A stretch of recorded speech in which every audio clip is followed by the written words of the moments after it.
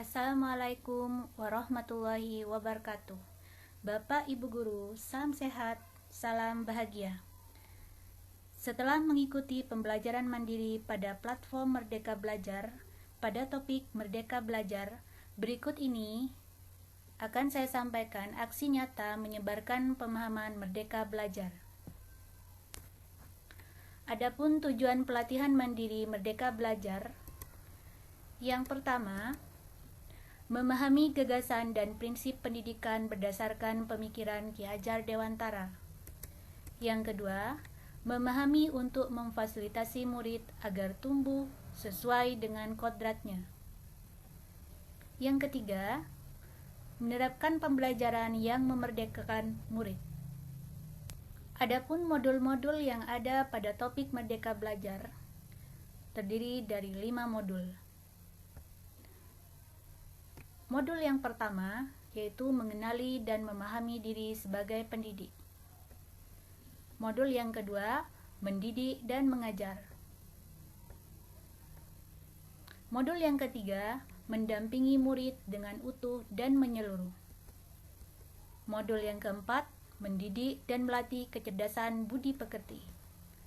Modul yang kelima, pendidikan yang mengantarkan keselamatan dan kebahagiaan. Pada modul yang pertama, kita akan mempelajari, mengenali, dan memahami diri sebagai pendidik. Apapun profesi kita telah menyadari kebutuhan untuk terus belajar secara mandiri. Demikian juga peran kita sebagai pendidik atau guru. Kita perlu terus belajar agar bisa mengantarkan murid-murid untuk berdaya dan menjadi manusia merdeka.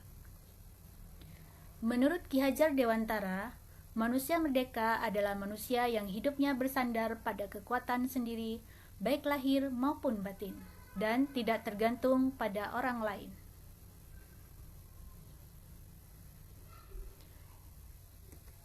Pendidikan itu menuntun segala kekuatan kodrat yang ada pada anak-anak, agar mereka dapat mencapai keselamatan dan kebahagiaan yang setinggi-tingginya, baik sebagai manusia maupun sebagai anggota masyarakat. Kita harus terus beradaptasi dengan perubahan yang ada, agar bisa menciptakan proses pembelajaran yang sesuai dengan kebutuhan murid. Sebagaimana yang diungkapkan oleh Ki Hajar Dewantara, pendidik itu menuntun tumbuh atau hidupnya kekuatan kodrat yang ada pada anak-anak, agar dapat memperbaiki lakunya, bukan dasarnya, hidup dan tumbuhnya kekuatan kodrat anak. Pada yang modul kedua, mendidik dan mengajar.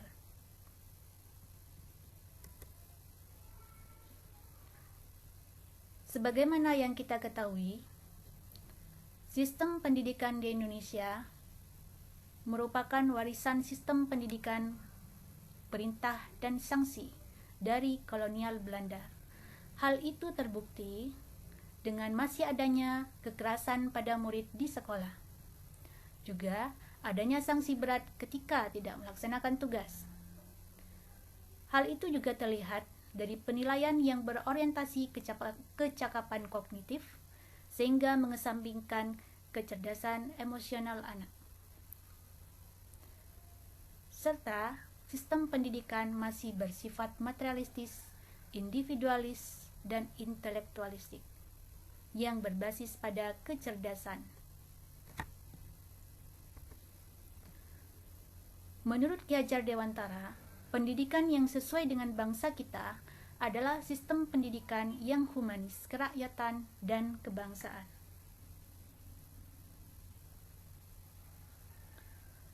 Mendidik adalah menuntun segala kodrat yang ada pada murid, agar mereka dapat mencapai keselamatan dan kebahagiaan yang setinggi-tingginya, baik itu sebagai manusia maupun anggota masyarakat. Pendidik tidak dapat menentukan dan berkehendak akan hidup dan tumbuhnya murid.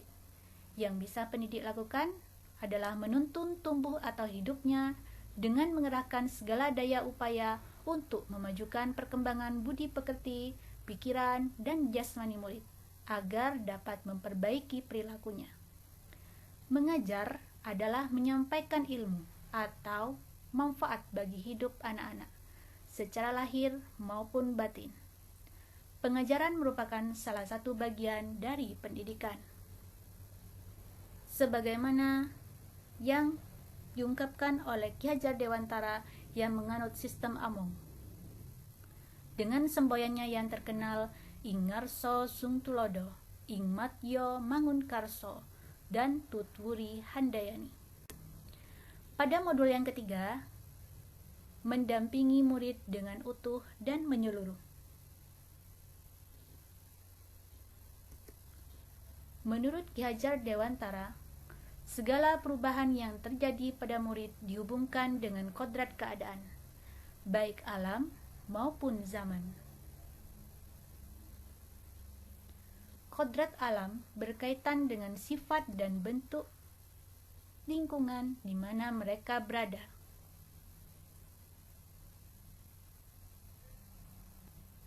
Kodrat zaman adalah bagian dasar pendidikan murid yang berhubungan dengan isi dan irama yang bergerak dinamis, sesuai dengan perkembangan zaman. Sebagai seorang guru, kita harus memahami kodrat keadaan masing-masing murid, sehingga dapat melakukan pengalaman-pengalaman belajar yang sesuai di mana murid tinggal dan sesuai dengan perkembangan zaman. Modul keempat, mendidik dan melatih kecerdasan budi pekerti.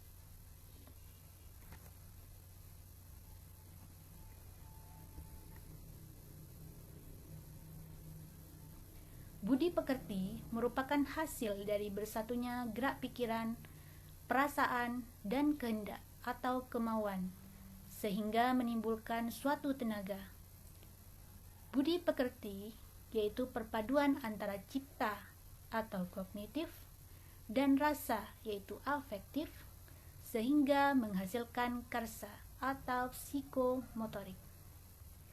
Budi pekerti atau watak manusia dibagi menjadi dua bagian, yaitu bagian biologis dan intelligible. Rasa takut, rasa malu, kecewa, iri, egois, dan segala perasaan manusia termasuk bagian biologis yang tidak dapat berubah. Kecakapan dan keterampilan pikiran, kemampuan menyerap pengetahuan termasuk bagian intelligible yang dapat berubah karena pengaruh keadaan lingkungan dan pendidikan.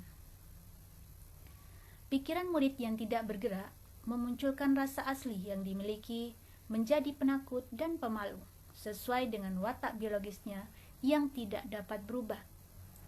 Melalui proses pendidikan kecerdasan budi pekerti, murid akan bertumbuh dan berkembang sehingga mampu mengendalikan watak biologis, akan semakin samar dan menebalkan watak-watak baik murid yang akan mewujudkan budi pekerti yang baik. Modul terakhir, modul yang kelima, pendidikan yang mengantarkan keselamatan dan kebahagiaan.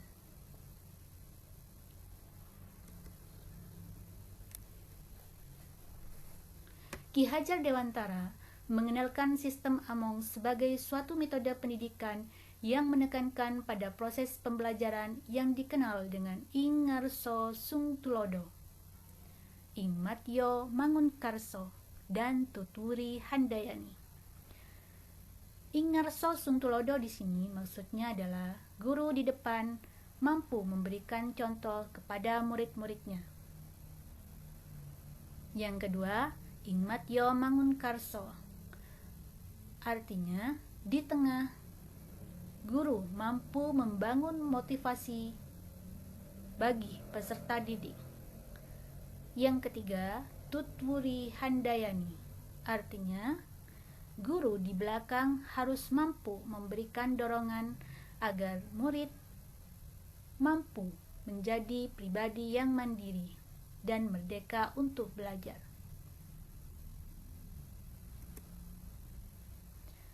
Pesan Ki Hajar Dewantara, tuntunlah murid sesuai dengan zamannya.